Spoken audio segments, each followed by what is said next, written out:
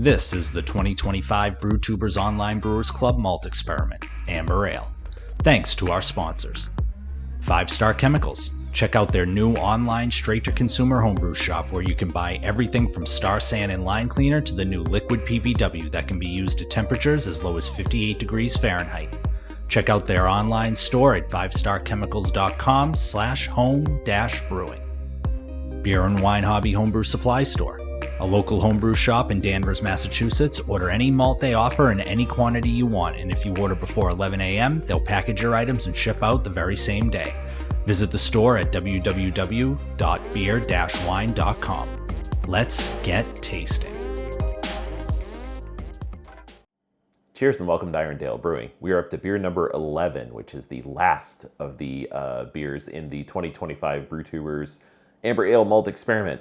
Did I save the best for last? We'll find out. So this is Exit 12, Nick's contribution to the experiment. Get a shot of his label here. Nick always does great labels. A lot of information there. And he used Red X as his specialty grain, which is from Bestmalz, German malt. It is kind of a hybrid. I don't know if that's what the X means in the name, but kind of a hybrid between Munich and caramel malt. And as you might guess from the name, the major thing it's known for is contributing an intense red color to beer. I don't think there's any other specialty grain in the experiment that you can say this about, but Red X, you can use it for 100% of the malt bill. And I think, I want to say German Dave and Brewtubers did that. Somebody did. I may be mistaken about the person, but I'll try to look that up. And if I can find it, I'll put a link in the description, because it would be interesting to see how that would work at 100% of the malt bill. So again, I'll use the same recipe, and Nick's addition was Red X, I think 8 ounces, which I think works out to be about 5%. But I'll do some math to make sure I'm not misrepresenting that. His came in, it had an OG of 1053, FG of 1012 for 5.4% alcohol. That sounds like it's kind of right in the sweet spot of the stuff we were shooting for, which is not surprising. Nick's a great brewer. So let's check this thing out. Nice firm can. Let's pop it open and see what we get. Oh boy. Oh, sorry. I thought it was going to go a little bit. Excuse my mess there. It did go a little bit crazy. Not too bad. But that's a good sign. Nice hiss. But yeah, that was a very firm, full can. And let's try to get a little bit messy here. Get the pour cam going. I'll try to get this as best I can. I'm going to pour a little gently. It seems a little bit lively, which is not a bad thing, but you gotta. And I'm going to pour a little bit short so I can fill up more later.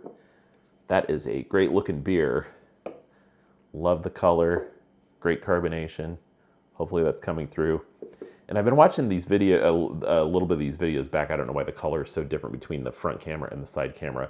When I look at them, the front camera color is much more representative. So this is much more representative of what I'm seeing than this. The side camera comes out kind of dull somehow. I'll look in to see if I can do something about that. That's just my phone. But anyway, hopefully it gives you a close-up of the beer so you can get some idea. But yeah, that is a great looking beer, great color. That is fantastic carbonation. That probably does come through nicely on the side cam. The bubbles coming up. Great, thick, frothy, very slightly off-white head. It's pretty light, which is nice. Just maybe a hint of tan to it. Let's check out the aroma. Oh yeah, that smells, yeah. The one it reminds me most of is probably Billy's with the Melanoid malt. Just smells like a nice, solid amber ale. You get that kind of, there's a little bit of fruitiness to it that maybe doesn't come through with some of the others. But it's just got that nice, malty, fruity, a little bit spiciness to it. But it's mostly kind of sweet, fruity that I'm getting on the nose. All right, maybe I'll let it. I think I'm going to just do this once because I don't think it was super cold. And I'll check the aroma again as I've done on most of these. Yeah, I think that's the major thing with the aroma. All right, let's give this thing a taste and see what we got here.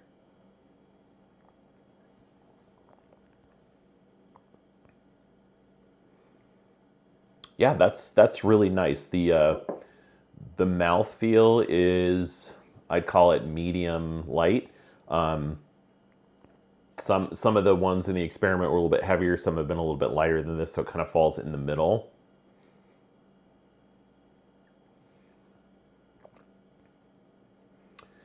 Definitely, I'm definitely getting more of the sweet character from the malt than I am the kind of, if you think about mix of caramel and Munich. I don't know what the percentage is, or if they even tell you when they make this malt, but definitely adds a fair amount of sweetness and has that little bit of the twang at the end. Not saying that as a bad thing, but that's kind of characteristic of a lot of these, a lot of the amber ales.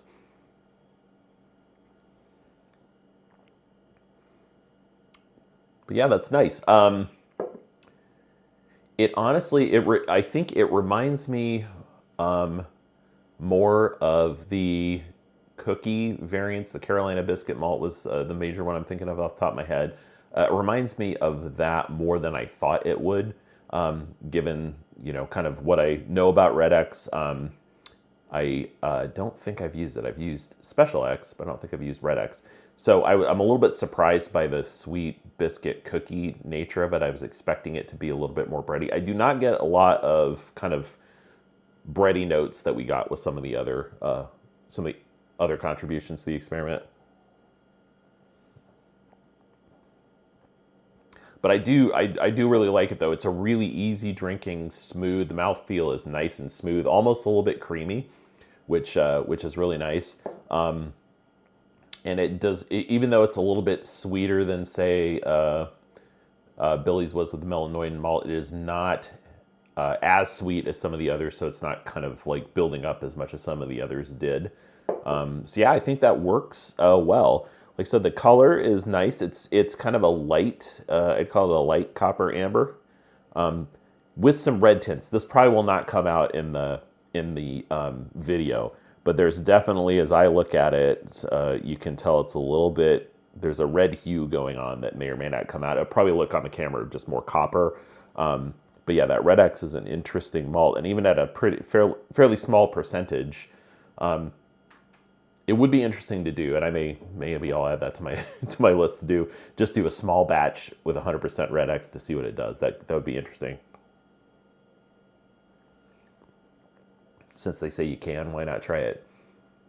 Yeah, but that's a really nice, well-made beer, and I do enjoy it a lot. I'm gonna think for a minute as I pour more in here and get another check on the aroma, where it might fall in the ratings.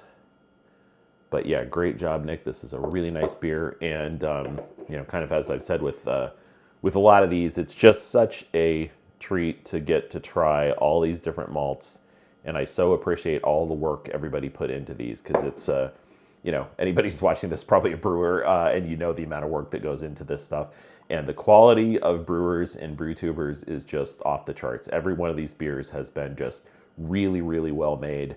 And it's it's a great group of people to learn from and trade beers with. Yeah, it's interesting because on this, I'm really not getting a lot of bready or toasty, which I guess, like I said, from the description of Red X, I would have expected a little bit more of that. It's maybe as it warms up a little bit, I'm getting a little more, but yeah, it's mostly that kind of sweeter caramel on the aroma for me, and a little bit fruity. I'm starting to get a little bit more of it as it warms up. So maybe it's just, I just need to let it sit for a second. But yeah, really nice aroma. And like I said, that head on here is great. That is really hanging around. Nice, slightly off white cap on the top there. Great carbonation. Great clarity. I didn't mention that, but you can hopefully see that it's very, very clear and well done. I'm going to give this a couple more tastes and see if I can think about where this would fall in the rankings.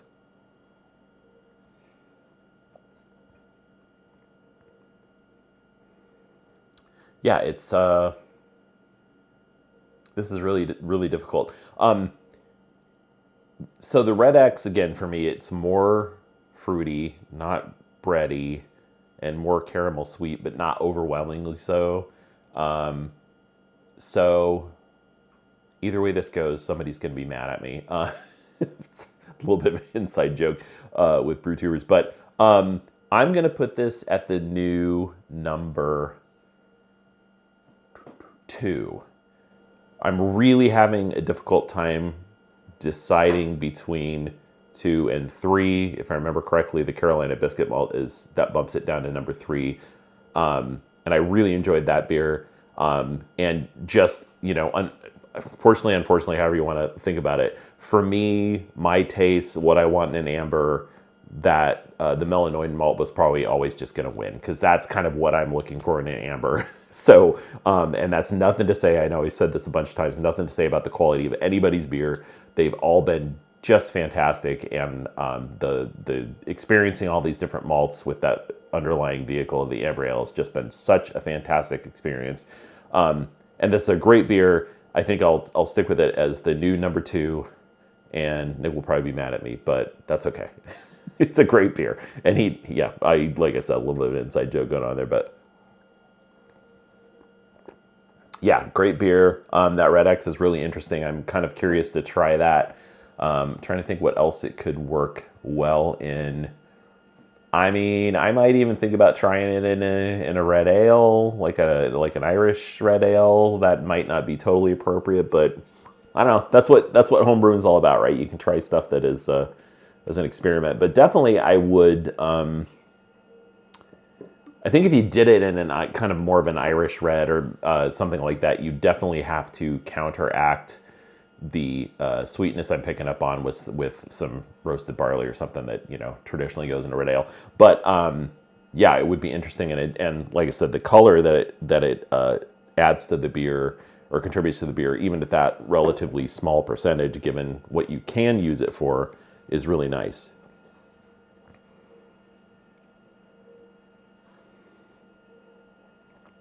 Yeah, that's excellent job, Nick. Great beer. And that brings us to the end. It's a little bit bittersweet, like all these beers. Sorry, it's terrible. But yeah, it's just. I think I'll probably do a short separate video for a roundup, like I said, just to kind of go down the rankings and talk about each one a little bit, just real short, just to get in my own head, if nothing else, how each of these malts worked. So I'll probably go back to each of my videos quickly before I do that, so I have a little bit better sense and can make it useful to people who might want to check out. Say, hey, here's a quick rundown of how 11 different malts worked in an amber ale, and it's just. I know I've said this over and over. I can't say it enough, though. To thank all the brewers that participated, and the club itself for doing this, because this is such a great way to learn and share beers and learn from each other, and gives us a little bit of competition. That's not the main aspect of this, but but it's really fun, and these have all been just fabulous beers. Right up until the end, and it was almost the best for last in my rankings, second best for last. But I think that's about it for the actual beer tasting reviews. So we're gonna stop there, be looking for a little bit of a malt roundup, and I don't know what else I have on. Probably the one that comes after that'll be my Enigma Smash grain to glass. So be looking out for that one as well. Cheers. Thanks, Nick. Thanks everybody who contributed beers to this experiment. It's been such a pleasure to try them all and talk about them and see how all these malts work. So we will see you in the next video, and certainly already looking forward to next year's experiment. Cheers.